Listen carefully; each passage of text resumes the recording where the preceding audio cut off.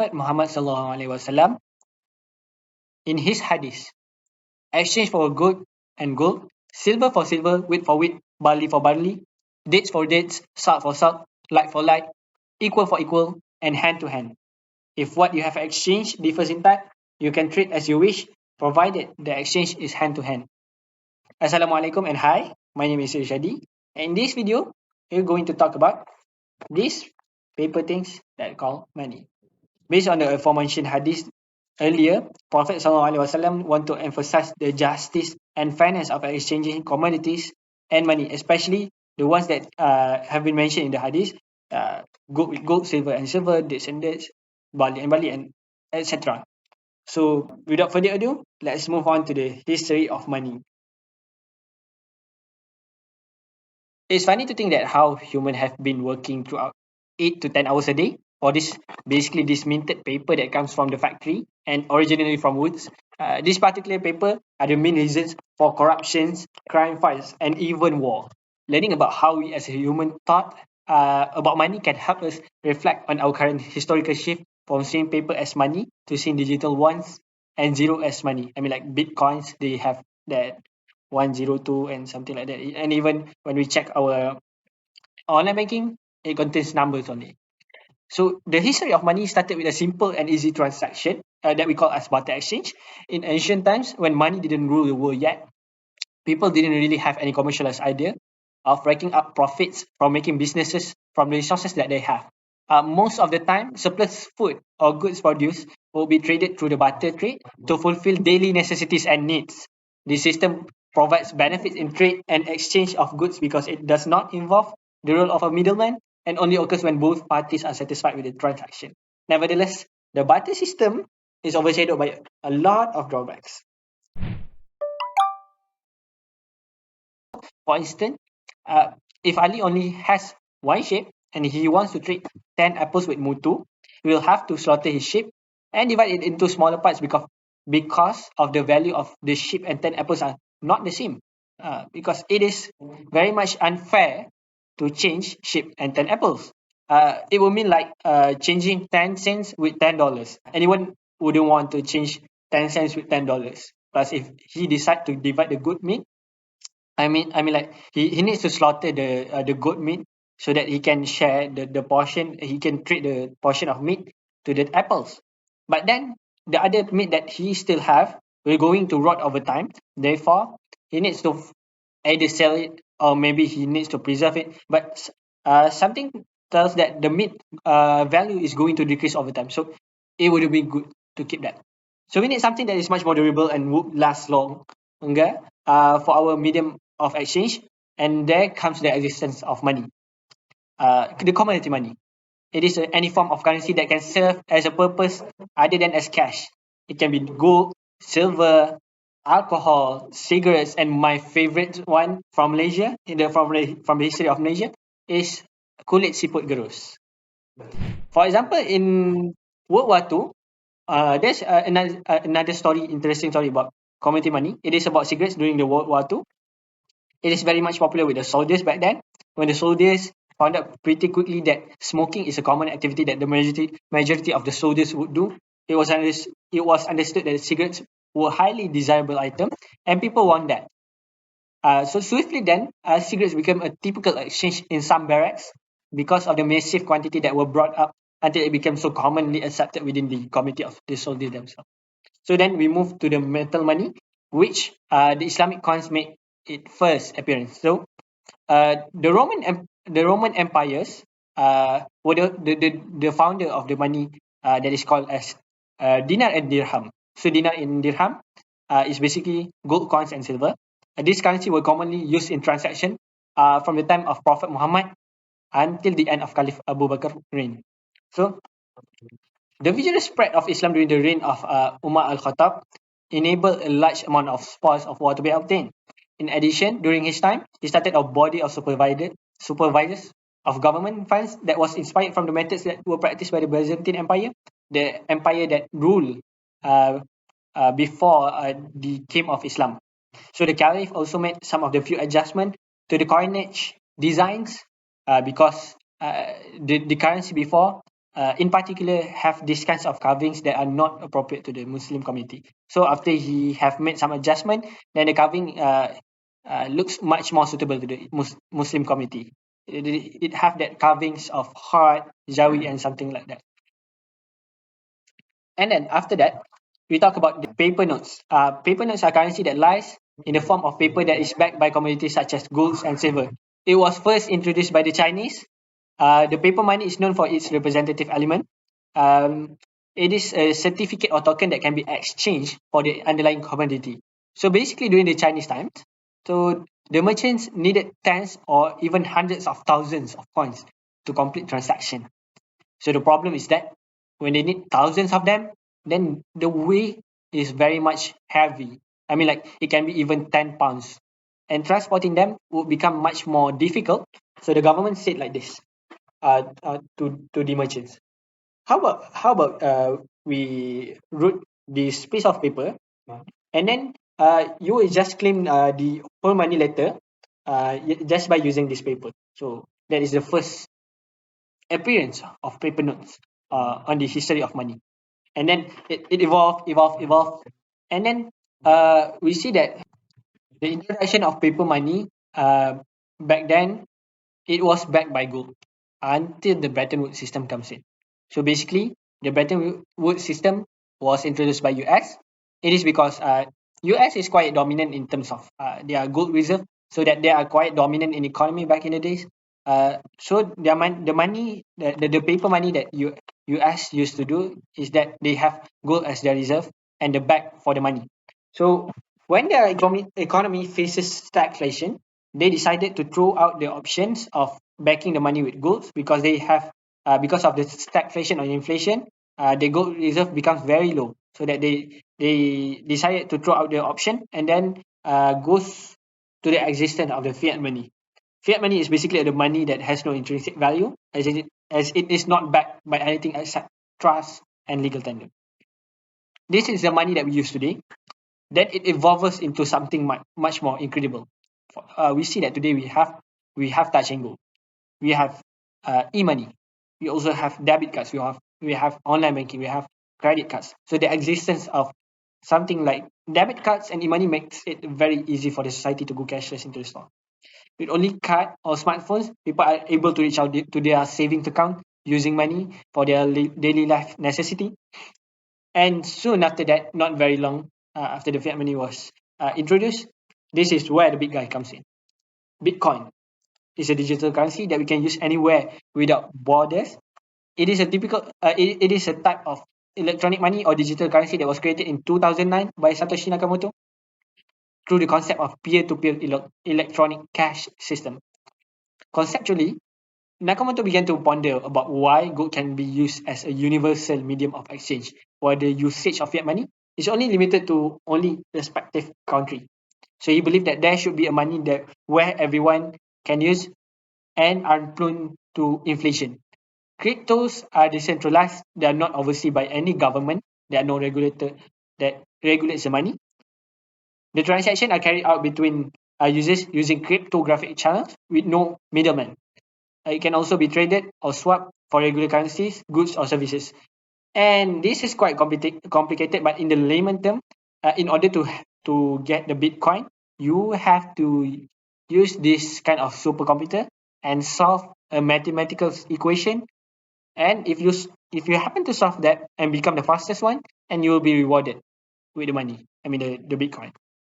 So blockchain is a not subsidiary, but a complement to Bitcoin. It is a public ledger that records all Bitcoin transactions that can be accessed by all users involved in the transaction process and Bitcoin forging.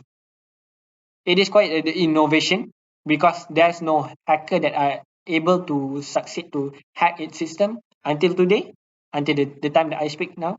Cryptocurrency are driven greatly by speculative interest. That is one of its bad element. If the interest of the cryptocurrency dies, people might sell off their cryptos. It is quite erratic as a money. It is not very reliable.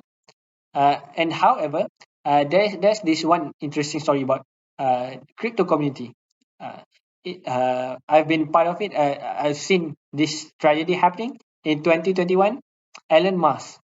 which is known as one of the richest guy in the world, on his Twitter, an application which seemed like Facebook, but it is called Twitter. He really only one message that stage Doge causes a boom in the price of a cryptocurrency named Dogecoin. Therefore, it shows how speculation can drive cryptocurrency into very bad situation. Just because this Elon Musk guy is very influential, his one statement can turn into a bad, a bad preposition. And that is some summaries of 10 minutes on the history of money.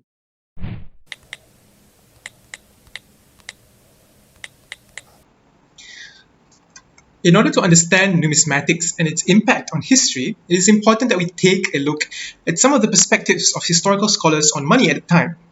Some Western scholars, such as Adam Smith, John Stuart Mill, and William Stanley Jevons, wrote about money and observed its effects in shaping human incentives, politics, and even history itself. Adam Smith, for example, believed that the main objective of money is to promote the circulation of commodities and services. Smith felt that for a country to achieve widespread prosperity, a stable currency based on free market principles is needed. Smith sought to limit the government's power to devalue money by circulating more of it by backing currencies with hard metals. This is interesting because even then, decentralization of currency was a point of concern for Adam Smith. John Stuart Mill, on the other hand, wrote that the functions of money are performed by a thing which derives its power for performing them solely from convention. But convention is quite sufficient to confer the power, since nothing more is needful to make a person accept anything as money, and even at any arbitrary value, than the persuasion that it will be taken from him on the same terms by others. Meaning to say that currency in itself is valuable so long as other individuals agree upon the value of it. Meaning to say that currency or money isn't valuable because it is money, but because other people agree that it is valuable and would accept it from you. This highlights the fact that currency does not inherently contain value, regardless of whether it is gold, paper, or digital bits of information on a computer. The value of a currency is in the agreement that people will use it or want it. Historically, William Stanley Jevons observed that the use of commodity money has been widely used throughout history, such as pieces of cotton cloth used in Senegal. The use of commodity money throughout history shows that our systems of trade and currency has been dynamically evolving through time, and it will continue to do so long as our understanding of technology and our own society keep growing. From an Islamic perspective, Imam Malik defined money in a way that if people agreed amongst themselves to turn leather into money, then he would forbid it to be sold in installments with gold and silver.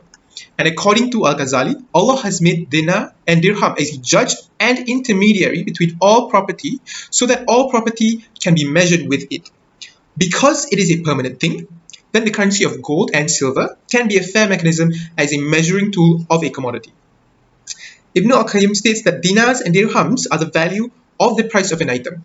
The price value is measured in giving good value to goods, then it must be fixed and stable. That is, it does not rise and it does not fall in value. If it can't fluctuate like other items, there will not exist any unit of measurement to measure the value of goods.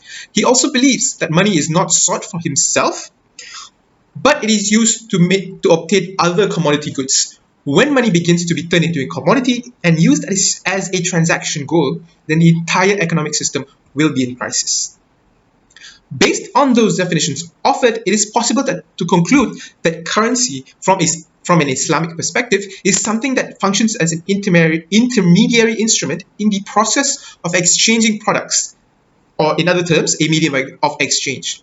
It can also be used to determine the worth of an object or item. Paper money has no fundamental value, and the consensus of scholars believe that money cannot be a commodity for sale.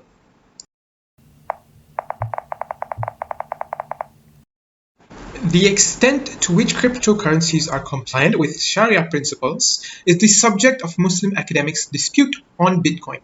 Some academics are in favor, while others are opposed. There is no compelling proof that Bitcoin violates Islamic precepts to certain academics. The fact that the price of Bitcoin has soared to new heights in recent months is not proof that it is illegal under Islamic law. If anything, it's a hint that the huge demand for Bitcoin is growing. Bitcoin, according to Bakar 2018, does not violate Sharia standards. Blockchain, he believes, might potentially aid in the battle against money laundering. He opposes declaring cryptocurrencies illegal under Sharia owing to their volatile value. Both conventional money and cryptocurrencies, he argued, are built on trust. He claims that the value of fiat money swings globally as well, but that it is still not regarded as illegal on this basis, despite the danger. Some of the justifications for allowing the use of Bitcoin by contemporary scholars are: 1. Bitcoin purchases are legal if they are made for the aim of making immediate payments for goods and services or for currency exchange. Bitcoin mining may be legal if the motivation is honorable. Bitcoin cannot be prohibited on the premise that its value changes, because the value of fiat money fluctuates as well, yet it is not prohibited on this basis, despite the fact that this is also a danger. Number 4. If the government permits it, Bitcoin might be used as a legal tender. And number 5, Bitcoin is money within the community that recognizes it. Thus, exchanging it for other currencies will be subject to the same Sharia-compliant rules that apply to currency exchanges in general. As for the opponents of cryptocurrency, many of them believe that any currency that lacks inherent worth cannot be called legal tender. Aside from that, any digital money that wants to be accepted under Sharia must be a monetary commodity and a measure of worth. To be recognized, paper notes and electronic currencies must adhere to a weight criteria. Furthermore, it must be redeemed in a specific weight such as gold, otherwise it's simply fiat money. Furthermore, buying and selling virtual currencies is currently incompatible with religion because of their speculative nature, the ease with which they may be employed in criminal acts such as money laundering, and the fact that they are not subject to governmental audit and supervision. Additionally, in Sharia, Bitcoin is prohibited since it causes harm to people, communities, and institutions. It's been likened to gambling because of its highly speculative nature, with traders investing large sums of money with no promise of success, while miners attempt to solve mathematical riddles in order to produce Bitcoin. For many Western scholars and economists, Bitcoin and other crypto assets remain a subject of study and investigation, as they currently still require further innovation to be utilized as conventional currency. It is commonly agreed upon that most cryptocurrencies are highly speculative and require regulation. Some are of the perspective that the crypto boom is a bubble due to the volatile and highly speculative nature of the asset. Proponents of cryptocurrency that whilst currently digital money is unstable and full of risk, the underlying technology of Bitcoin is a valuable innovation to the finance industry and cannot be simply dismissed as a tool for speculative profit-seeking. The reason for this is because that blockchain technology provides better transparency, enhanced efficiency and speed, automation, and increased security. In terms of benefits to the finance industry, blockchain technology has many potential uses in providing a better experience for users. Cryptocurrency is the natural evolution of our medium of exchange in the 21st century. Although it still has many flaws, this innovation in currency has already shocked the world and will continue to shape how we face digital money in the decades to come. It is important for stricter regulation of crypto assets to be implemented if governments seek to inculcate digital money into their monetary systems, because currently many cryptocurrencies are prone to manipulation, such as pyramid schemes and speculative gambling. Both Islamic and Western scholars agree on this, stating that as it stands, unregulated cryptocurrencies are not much beneficial to our financial systems. We predict that in the future, the potential for crypto assets are better utilized if all the stakeholders agree to incorporate better solutions to the challenges that digital money is facing now. In doing so, our financial institutions will benefit immensely from the prospects of blockchain technology. Even now, the rise of financial technology startups shows that there is a future in fintech, and blockchain is only the tip of the iceberg when it comes to financial innovation in the 21st century. Hence, in conclusion, history has shown us that our monetary system has faced many challenges and how we deal with the need to use currency in our day-to-day lives. From the barter system to metal money and paper money, the manifestations of what we perceive and agree to have value has shifted and changed throughout history. The rise of Bitcoin and digital money is a natural evolution that has come forth from the advancements of computing and technological innovation of the 21st century. Only time will tell if cryptocurrency is here to stay and change the course of history, or if it is only a fad that people will look back upon in the future as a failed technology. Thank you.